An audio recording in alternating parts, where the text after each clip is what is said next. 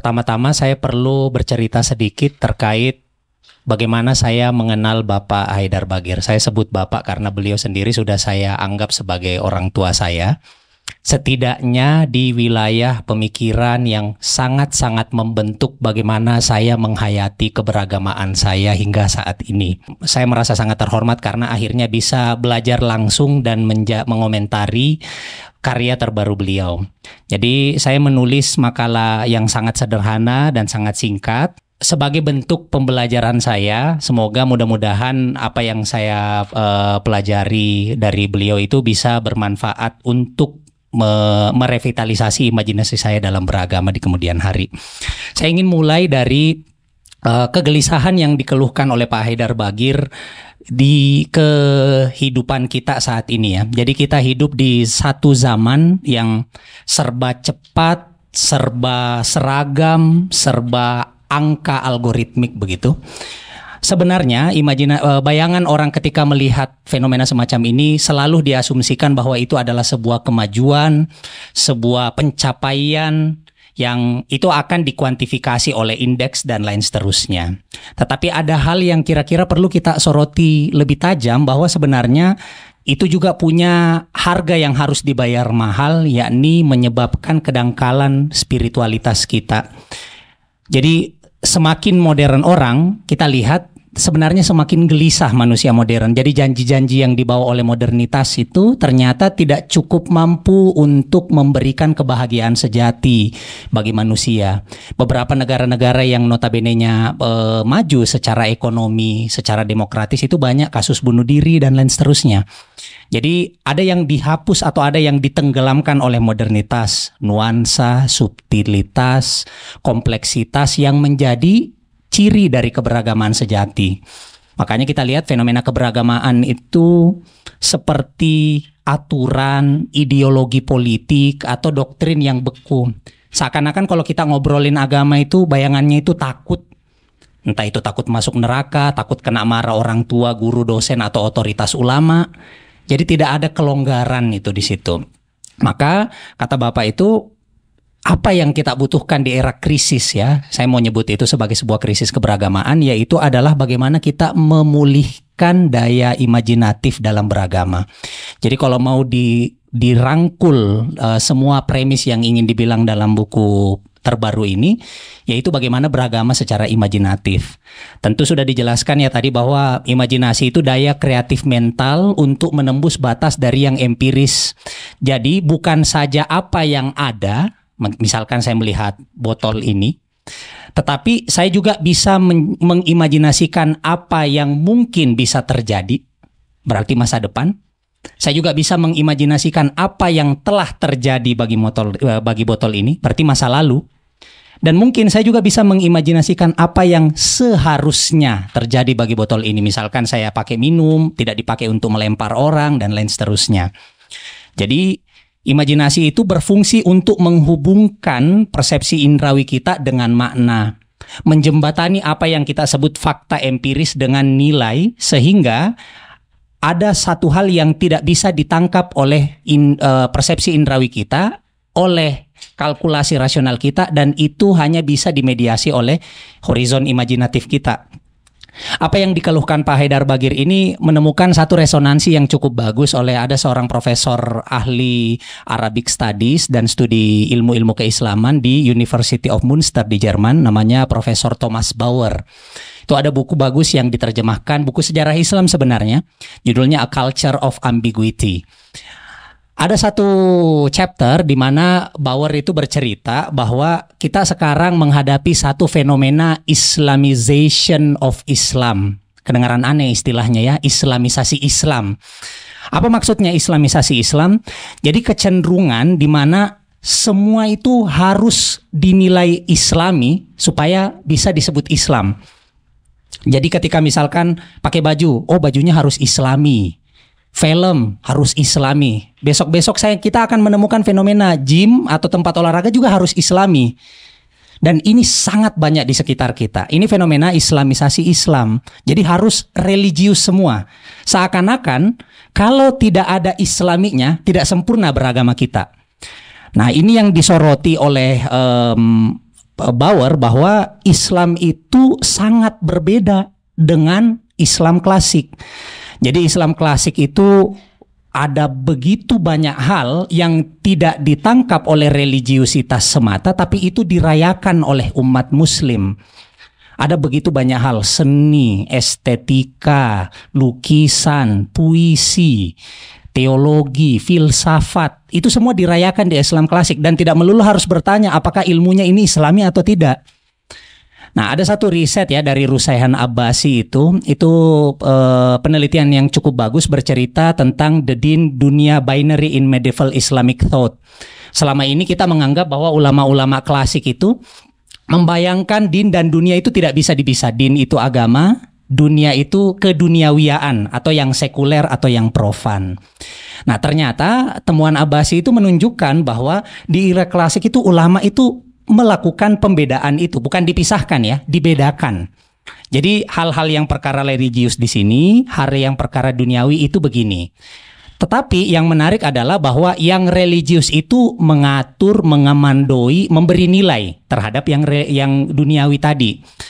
Nah, sehingga kalau kita baca sejarah Islam dari apa yang didokumentasikan oleh Bauer, kita akan melihat satu perayaan yang betul-betul mengapresiasi apa yang disebut Bauer sebagai culture of ambiguity, kebudayaan ambigu, kebudayaan yang tidak pasti, yang beragam, yang plural, yang bahkan ada yang kontradiktif tapi masih bisa ditoleransi.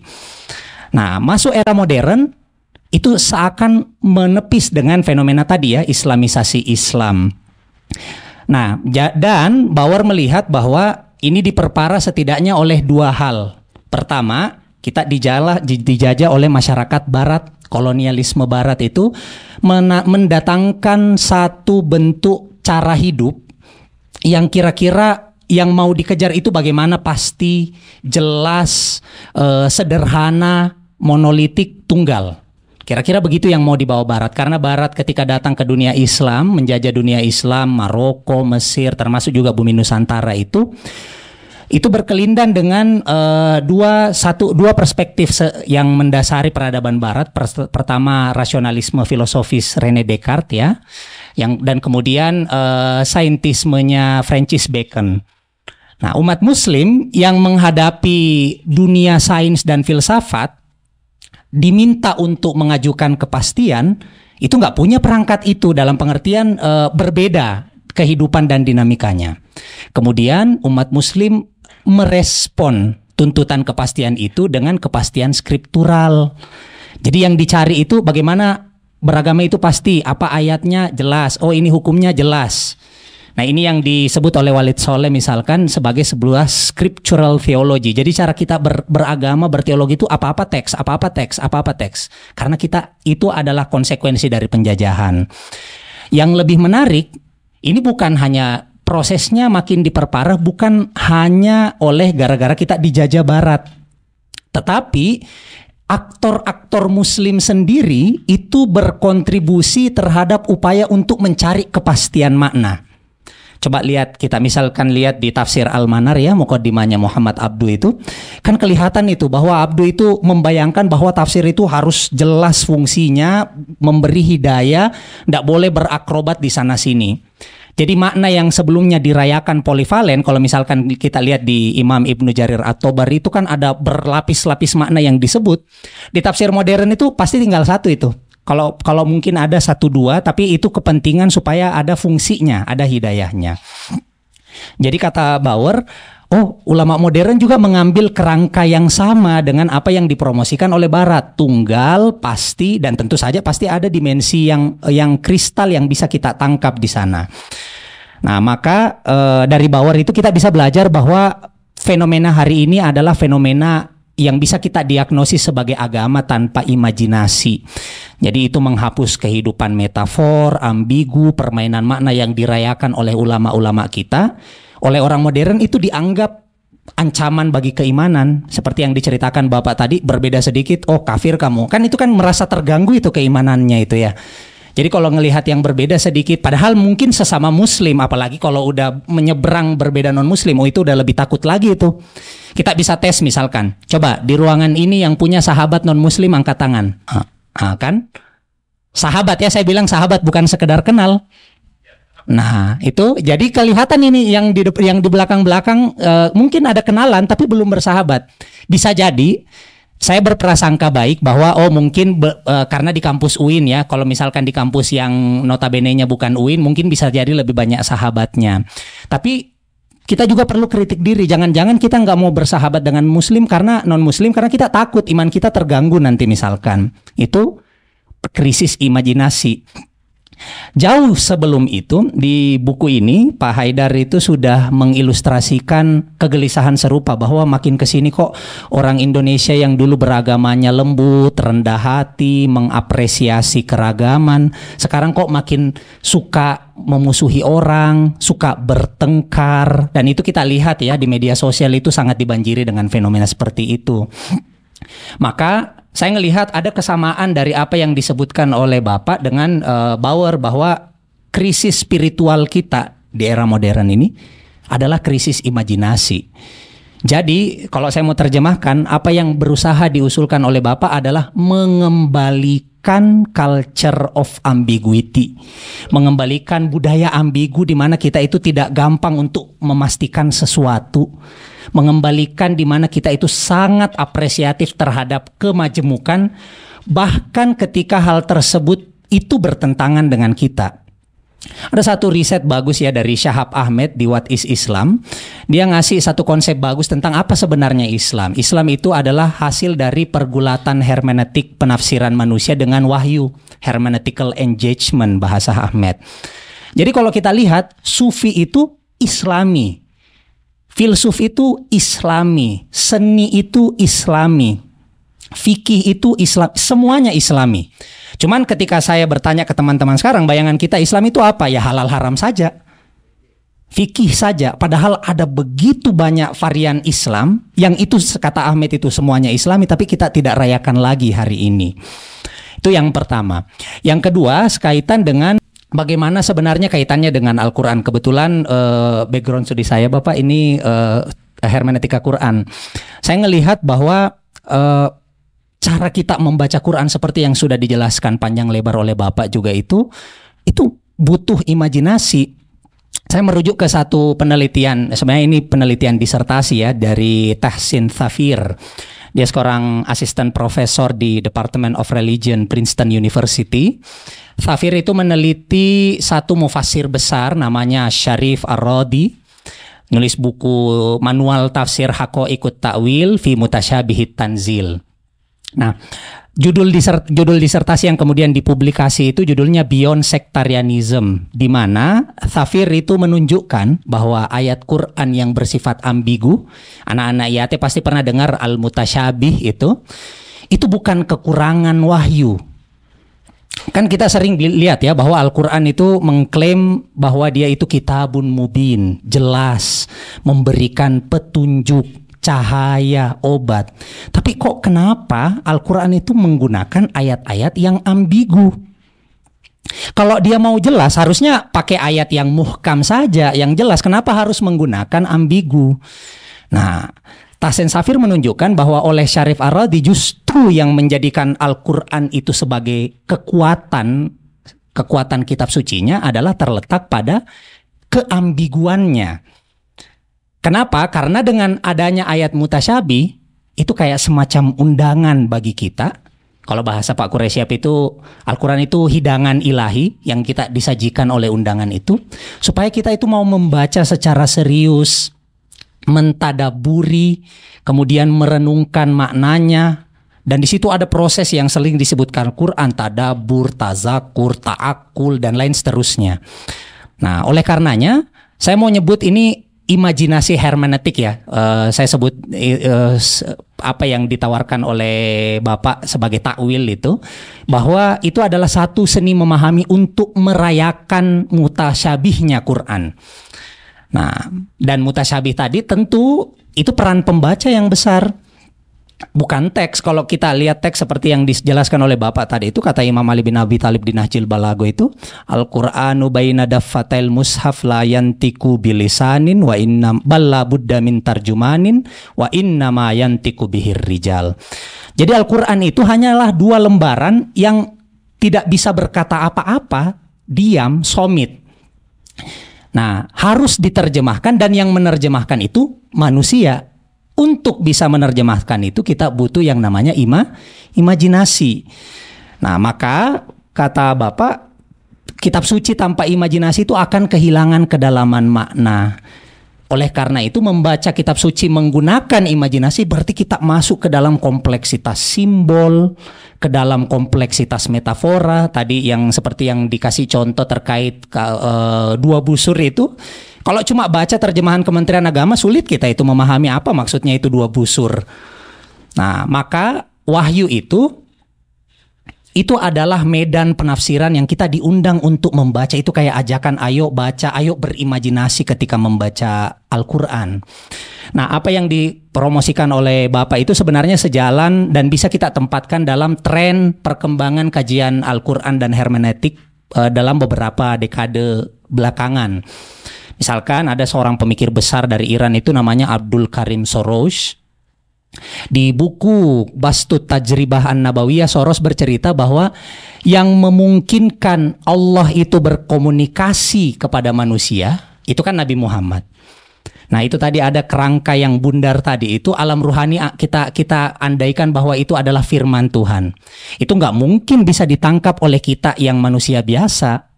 Dia harus masuk ke benak pikiran Nabi. Nabi kemudian mempersepsi pengalamannya, mengimajinasikannya, baru kemudian bisa diartikulasikan lewat bahasa manusia. Jadi Soros bilang bahwa wahyu itu sebenarnya peristiwa imajinatif di mana Nabi terlibat untuk mengimajinasikan pengalamannya dalam berjumpa dengan Allah Subhanahu wa taala. Nah, sejalan dengan itu ada rekannya Soros itu namanya Muhammad Mujtahid Syabestari, itu juga sama dari Iran. Beliau juga bercerita bahwa ya Nabi itu ketika berjumpa dengan Tuhan hanya beliau yang tahu itu sebenarnya. Oleh karena itu ada keterlibatan aktif Nabi untuk membayangkan, mengimajinasikan, kemudian mengartikulasikan sehingga bisa menjadi bahasa Al-Quran. Makanya tesis Syabestari itu lumayan besar. Dia bilang Al-Qur'anu thamrotul wahyi walaisa ainul wahyi nafsih. Jadi Quran itu buahnya wahyu, bukan keseluruhan wahyu. Buah dari proses imajinatif pengalaman Nabi Muhammad. Pernyataan ini saya kira akan bikin kontroversial bagi sebagian orang karena di beberapa keyakinan mainstream Muslim dia menganggap bahwa Al-Quran itu apa yang dikatakan Tuhan, tidak ada terlibat Nabi Muhammad di situ. Tapi padahal kalau kita baca Quran misalkan, jelas itu di Al-Quran, Jibril itu datang bukan dari luar diri Nabi, tapi di dalam dirinya. Nazala bihir ruhul amin ala qalbik, di dalam hati. Jadi bukan di luar sebenarnya Jibril dari peristiwa Poyen. Ini mungkin potret yang berbeda dari yang di dalam Quran dengan apa yang dibahas oleh hadis misalkan. Ini bisa teman-teman baca dan lihat kembali di Fazlur Rahman. Nah, sekalipun begitu, saya perlu kasih garis bawah bahwa oke, ada ambigu, ada cair, ada tidak stabil makna itu. Tapi oleh Syarif Ar-Radi itu, dia mengantisipasi ada kemungkinan orang akan menggugat, oh kalau begitu baca Quran sesuai dengan mau saya dong. Makna relatif dong kalau begitu. Suka-suka nafsu saya dong. Terus apa maksudnya Nabi melarang kita untuk tafsir berbasis opini ya? Nggak boleh berbasis sesuka hati kita. Kata Ar-Radi, kita itu kalau mau menafsir tetap harus berada di dalam aturan main kebahasaan. Nah, sama Bapak juga di buku Agama dan Imajinasi, di pengantar Ibnu Arabi juga ya Bapak ya, di Semesta Cinta juga Bapak juga cerita bahwa sekalipun takwil itu adalah upaya untuk awalayu awilu mengembalikan makna Quran terhadap spiritualitasnya, dia itu tidak bisa dilepas dari aturan main kebahasaan. Maka oleh Ar-Radi itu yang penting kuncinya itu adalah al-bayan atau kejelasan bahasa di situ. Maka dari sini kita bisa lihat bahwa hermeneutik yang coba dipromosikan oleh Pak Haidar Bagir itu adalah bagaimana imajinasi mutasyabih, ambiguitas itu berjalan berdampingan dan beriringan dengan rasionalitas atau clarity, muhkam, kejelasan. Dua sisi ini kalau kita baca dengan serius tulisan-tulisan Bapak, kita akan menemukan bahwa dua sisi ini adalah komplementer atau saling melengkapi satu sama lain. Mungkin yang terakhir terkait dengan refleksi dari Martin Nguyen ya. Dia adalah seorang profesor di Religious Studies Fairfield University. Dia nulis buku Modern Muslim Theology yang ingin mengembangkan teologi imajinatif. Nah, Nguyen itu mengutip hadis ihsan ya, teman-teman pasti sudah familiar, anta abudullaha ka'annaka taro. Nah, ini ada kata menarik di sini karena ada ka'annaka, seakan-akan kamu melihat Tuhan. Kalau cuma mengandalkan kacamata empiris, kita nggak bisa ngelihat Tuhan. Makanya diminta ka'annaka, seakan-akan. Itu sudah imajinatif kata Nguyen. Belum lagi diputar, kalau misalkan memang kamu nggak bisa nyampe itu, percayalah bahwa dia itu melihat kamu. Fa in lam takun tarahu fa innahu yaraka. Nah, ini juga membayangkan bahwa dia mengawasi kita, kita berada di dalam lindungan dan kasihnya. Itu juga bayangan imajinatif. Kita nggak bisa ngebayangin itu kalau kita tidak mampu berimajinasi. Maka di buku yang ini, Islam Risalah Cinta dan Kebahagiaan, Bapak itu bercerita soal ihsan ya. Bahwa ihsan itu bukan hanya sekedar membayangkan kosong bahwa oke, kita berjumpa Tuhan dan lain seterusnya, tidak. Tetapi konsekuensi yang paling diharapkan dari ihsan itu adalah pembentukan akhlak yang luhur. Kita lihat misalkan di surat Al-Mulk ya, alladzi khalaqal mauta wal hayata liyabluwakum ayyukum ahsanu amala. Jadi muaranya dari berihsan yang imajinatif itu adalah bagaimana manusia itu punya kepribadian moral yang baik, punya karakter moral yang baik, sehingga perilakunya itu selalu dipedomani oleh prinsip-prinsip etis, tanggung jawab, welas asih, cinta, dan kasih sayang. Maka saya bisa bilang bahwa iman di tangan Bapak Haidar Bagir ini adalah imagination, bukan sekedar belief. Anda itu kalau mau percaya bukan hanya sekedar mempercayai oke, ada Tuhan, tapi harus dialami, diimajinasikan, diinternalisasikan dalam diri kita. Nah, kita lihat orang modern itu kan selalu mengagung-agungkan akal ya. Nah, dan disitulah Nguyen bilang bahwa ini yang paling bertanggung jawab untuk mengikis imajinasi. Padahal di dalam Islam klasik itu seperti juga yang dibicarakan oleh William Chittick, akal itu membantu kita memahami Tuhan, tetapi imajinasi itu membantu kita melihat, mengalami, dan merasakan Tuhan. Sehingga akal tanpa imajinasi itu dogma. Begitu juga imajinasi tanpa akal itu kesesatan. Makanya oleh Bapak kita diminta untuk menyeimbangkan akal dan imajinasi. Tadi sudah ditekankan bahwa ilmu pengetahuan itu penting, sains itu penting, rasionalitas itu penting. Tapi yang terpenting jangan hilangkan imajinasi. Nah, maka saya ingin mengakhiri dengan menyatakan bahwa krisis agama itu di era modern adalah krisis imajinasi. Beragama secara imajinatif itu kita bukan lari ke dunia fantasi yang liar, tidak punya rujukan di realitas. Tetapi saya pengen bilang bahwa itu cara beragama yang paling realistis yang kita butuhkan sekarang. Imajinasi itu bukan melengkapi iman, tapi justru jantung dari iman yang sejati, yaitu imajinasi.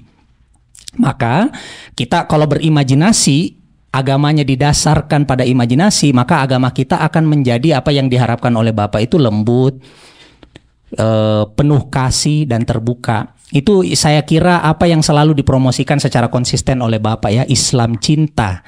Islam yang berporos pada kasih sayang, cinta, kepedulian, dan empati. Kita lihat misalkan bahwa ya fenomena-fenomena alam ayatullah yang ada di sekitar kita ini kan harus ditangkap secara imajinatif ya. Di Fussilat ayat 53 itu kan dikatakan bahwa sanurihim ayatina fil afaki wa fi anfusihim hatta yatabayyana lahum annahul haq. Jadi untuk mengakses kebenaran kita harus berimajinasi terhadap tanda-tanda alam dan apa yang ada di diri kita. Jadi kalau mau menangkap ayat-ayat Allah, kalau kita cuma lihat, oh ini cuma sekedar manusia, gunung, hujan, nggak ada apa-apanya, itu hanya brute fact, fakta kosong. Perlu imajinasi untuk bilang bahwa oh ada Tuhan yang menciptakan. Dari situ kita bisa bersyukur. Saya ingin mengakhiri dengan pernyataan Imam Ali bin Abi Thalib ya, al-insanu a'da'un ma jahilu. Manusia itu adalah musuh bagi apa yang dia tidak ketahui. Setelah saya baca buku Bapak itu, saya ngebayangin bahwa kita itu jahil karena tidak mampu berimajinasi terhadap sesuatu. Seringkali kita menganggap bahwa kita tahu sesuatu, padahal sebenarnya pengetahuan kita tuh hanya ada satu layer atau satu batas yang paling rendah. Kita harus mengeksplor itu dengan mengaktifkan kembali, memulihkan kembali imajinasi kita. Makanya salah satu doa yang terus dipanjatkan oleh Imam Ali itu, Allahumma arinal asya kama hiya. Wahai Tuhanku, arina. Yaitu bukan hanya sekedar ditunjukkan, tapi tuntun saya supaya saya bisa berimajinasi untuk menemukan kebenaran-Mu di balik fenomena-fenomena yang Kau hamparkan, supaya saya bisa bersyukur. Mungkin kurang lebihnya mohon dimaafkan. Itu sekian dari saya. Wa ma taufiqi illa billah, alaihi tawakkaltu wa ilaihi unib. Assalamualaikum warahmatullahi wabarakatuh.